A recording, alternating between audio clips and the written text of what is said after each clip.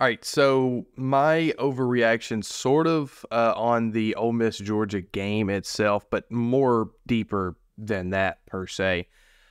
I believe, and I've said this before, but this just kind of confirms for me, Lane Kiffin is the most overrated coach in college football. Now, I know a lot of people love Lane Kiffin, and a lot of people love what he's done at Ole Miss. I mean, heck, he won 10 games at Ole Miss for the first time, and I don't know. I think it was school history or something like that, or 50 years, something crazy. He won 10 games. I believe that was 2 years ago. And he's in line to win 10 games again this year, barring, a win against ULM and Mississippi State in the Egg Bowl. But if you look beyond, the records per se, right? In 2020, they went 5-5. That's a COVID year. All right. We'll kind of look past that. Now, I don't really want to look past it too much because his only bowl win is actually in this year, where they won the Outback Bowl against Indiana in 2020. Following year was 2021. They went 10-3 with, guess what, a loss in the Sugar Bowl to Baylor, 21-7. Biggest win that year, maybe Alabama, but guess what? They didn't beat Alabama. They lost 42-21. Not a single really huge win that year. I guess you could say Texas A&M, but again, they go 8-5 every single year, so it really ends up not being that big of a win. Last year, 8-5. Again, I don't see a very big win there. And I don't know if you remember last year, though, Ole Miss started 7-0. And people were like, oh my God, like sort of like this year, like ranked in the top 10, Ole Miss is this, really, really good team because they went 10-2 a year ago, or 10-3 with, the bowl loss. Well, no. Their schedule was backloaded, right? So they started off 7-0, and then they got beat by LSU. Then they lost their last 4 football games, including a bowl game to Texas Tech. And you go to this year. This year, Lane Kiffin finally got to me his biggest win of his entire career, and that was against LSU at home, 55-49. And then they play Georgia at Georgia. This is a chance for Lane Kiffin to really prove that he is a really good football coach in the world of college football and in the SEC. And what do they do?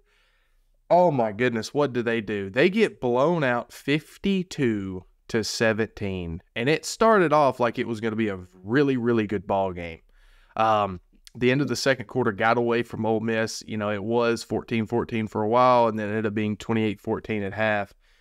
But Lane Kiffin just really needs to just think, like, can I win the big games? And Ole Miss fans, can Lane Kiffin win the big games? And Chase, I know you're over here talking about Penn State and James Franklin for this exact same thing. He can't win the big games, right?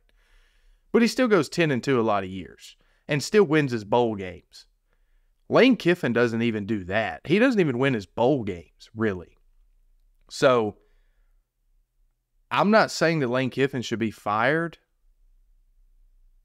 but if they don't start to win these type of games every now and then, I think there needs to be a serious conversation about it, personally. I don't care who goes next. I'm just sick and tired of – I honestly don't even know where this whole Lane Kiffin's a great football coach came from.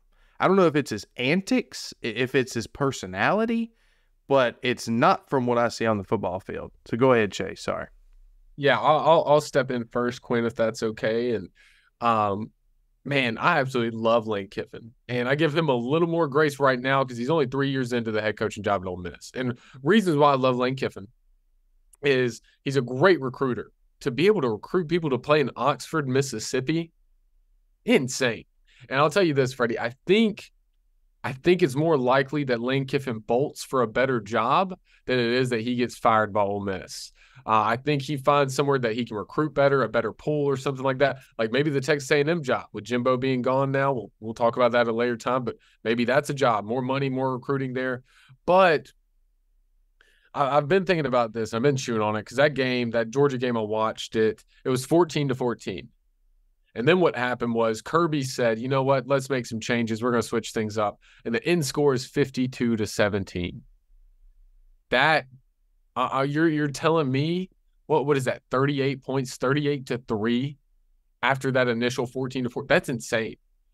And to not make adjustments, to not switch things in the biggest game of your season, even bigger than the Alabama game. And now, mind you, Georgia is an elite team this season. They're all the Pistons are moving. They are playing amazing football. But Lane Kiffin's personality, Lane Kiffin's antics make up for losing the big games, I believe, to his fans. And that's the problem. His fans are like, Lane's personality, it's amazing. I love it. We did lose the Georgia game. It's okay. Evens out. And you can't do that, I don't think. Maybe he does get over that hump at some point, but Lane's personality and stuff, it just makes up for going 8-5, 9-4, 10-3, 10-4, whatever. So I think he's a great guy. He's a great coach. He's a great recruiter, but definitely in the SEC, I think he's going to stick around as there's Georgia, there's Alabama, there's LSU, and then there's Tennessee maybe, or Mizzou, or whoever the season. Then there's Ole Miss, and they're kind of hanging around, but it's going to be a little brother most of the time, I think, while he's in Oxford. Maybe if he takes a better SEC job, maybe if he takes a better other, like a big Power 5 school, but you only can get so much out of Oxford and Ole Miss. Quinn? So I personally think this is the worst overreaction video we've ever done.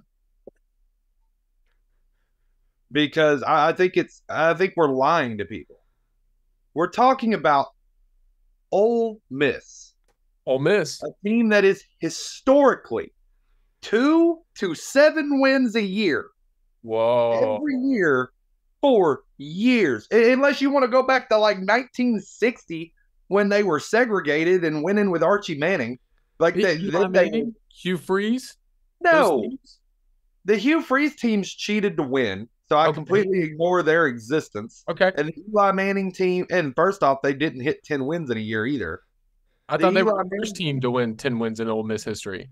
They were 10-3. They were 10-3 in 2015 with a Sugar Bowl win. They had one 10-win season. They did it with a lot of paying for players and got busted for it. Now, granted, in the modern day, that's okay, but it wasn't then. Even though everyone did it, they just got caught. Still, we're talking about a team that, in terms of recruiting at Ole Miss, and your ability to, I view programs in a term of ability or ease to win with in the West. I think the easiest school to win with is LSU, based on where they sit in recruiting. You own the state of Louisiana. You're near the Houston area of Texas. Hold on. Number 2 is Alabama. Huge fan investment. Number 3, I would say, is probably Auburn, maybe Texas A&M. They're 3 and 4. Okay. That means at best you can say Ole Miss is 5, and I personally don't think they're 5. I think it's easier to win at Arkansas than it is to win at Ole Miss. Okay.